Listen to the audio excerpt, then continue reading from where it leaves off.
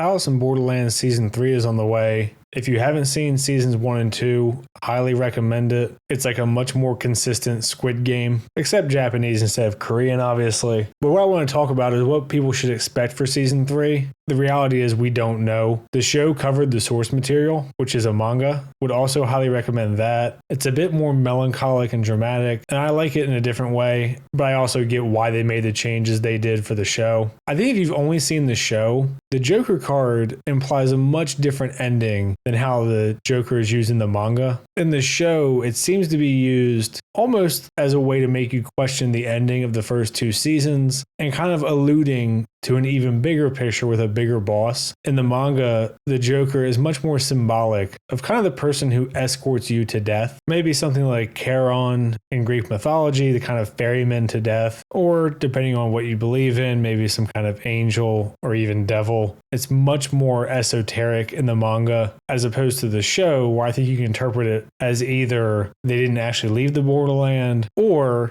now that they're in the real world, that is the last game, that is the last life. There is no escape other than death. I'll go ahead and spoil the extra series in the manga. It's just a little mini series, like 17 chapters, 1 game. And in the manga, after season 2 of the show, what you get is Usagi is pregnant going into labor. She's married to Arisu, and he's on his way home when a sign crashes on him and a group of people, and he gets returned to the borderland. There, he plays a hearts game. It's a pretty cool little game. I really hope it makes it into the show, so I won't spoil the specifics. But obviously, it ends with Arisu making it out. He makes it to Usagi in time for the birth of their child. Pretty happy ending. I think the show is going to go more with whatever actors they could get back that chose to stay as citizens in the original series are going to be kind of the bosses now. It also looks like Usagi might have gotten put into a coma by some kind of doctor, and Arisu will follow her in to try to get both of them out together. And I wouldn't be surprised if it does steal the game from the manga and the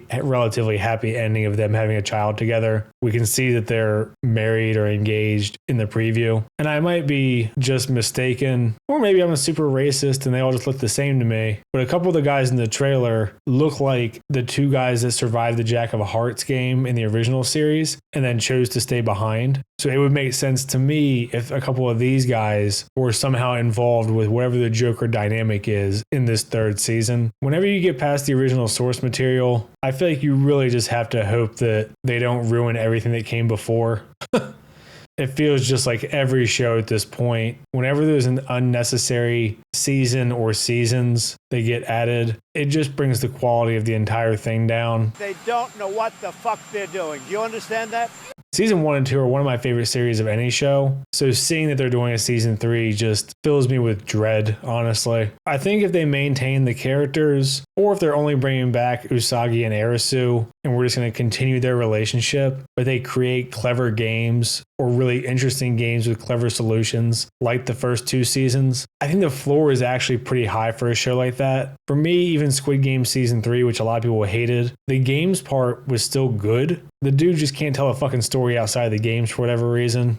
So I'm not going to go very long on this. It's just a trailer. We don't really know much yet. I just want to make people aware that we are beyond the source material. So even if you haven't read the first 2 seasons, you should know that we're getting into Netflix creativity years later. So I would not have very high expectations. And the last thing I'll say is I think it'd be pretty cool if they brought in some of the characters from the manga that had to get cut from the original show. I understand why they cut them, because you want to have kind of a limited cast for a TV audience that you can get familiar with and attached to. It's why Chisia was in the Jack of Hearts game in the show, but not the manga. Obviously, Game of Thrones did a lot of character condensing as the series went on, but it would just be a neat little kind of homage to the original if they brought those people in. I'm gonna leave it there for this one. Whatever your predictions are for season 3, if you've seen the first 2 seasons, let me know what you think. I try to respond to the comments that aren't just insults. Like and subscribe and all that shit. Thanks. See ya.